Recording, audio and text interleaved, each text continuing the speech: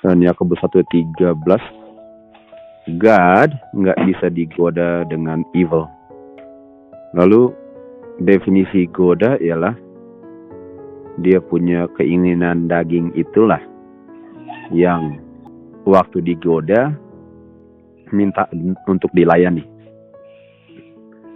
Nah, God ada keinginan daging emangnya? Nggak ada. Makanya dari definisi ini nggak bisa digoda. Karena definisi digoda itu adalah dia punya keinginan daging, waktu mau dilayani itu namanya penggodaan. Setan punya peranan ialah untuk membuat saya mau melayani daging saya. Itu peranan setan. Setan nggak bisa paksa saya melayani daging, dia bisa menganjurkan dengan cara apapun ya, dengan cara penganiayaan sekalipun. Jadi sebenarnya yang setan inginkan untuk saya layani saya punya daging. Nah, kata lain goda juga kalau kita lihat di Matius 4:4 adalah untuk membuat orang itu ragu akan firman Tuhan. Itu goda. Artinya kalau saya ragu akan firman Tuhan, saya lebih percaya daging saya. Jadi penggodaan itu ialah untuk saya percaya daging saya, ditambah lagi lebih dari firman Tuhan. Makanya kalau saya bilang, masa saya harus jalan di atas air? Saya percaya daging saya. Padahal saya dengar firman Tuhan. Jadi waktu saya dengar firman Tuhan, lalu setan akan bilang, masa? Kalau kamu begitu nanti gimana? Dia mau saya melayani daging saya yang bilang, iya ya, masa?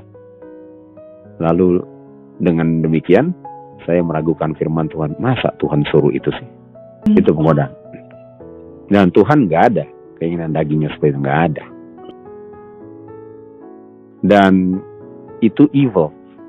Karena di 1:13 bilang, God nggak bisa digoda dengan evil.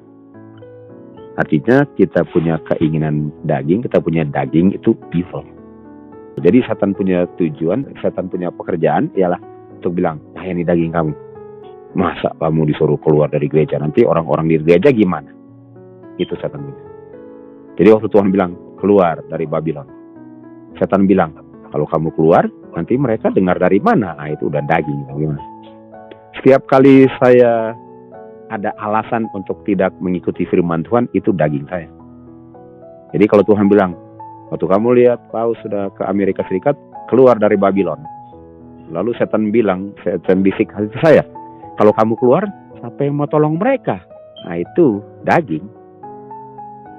Kalau saya setuju, saya sedang melayani daging, karena setiap kali saya bilang firman Tuhan itu ada alasannya untuk nggak diturut, itu daging, dan setan sudah berhasil untuk saya melayani daging saya.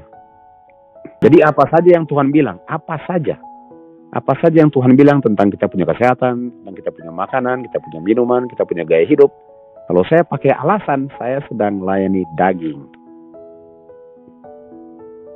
Karena waktu layani daging, saya artikan firman Tuhan sesuai dengan yang saya inginkan, sesuai dengan godaan setan. Jadi jangan heran setan bilang, oh masa sih? Nanti kamu gimana mau hidup? Itu udah setan ngomong.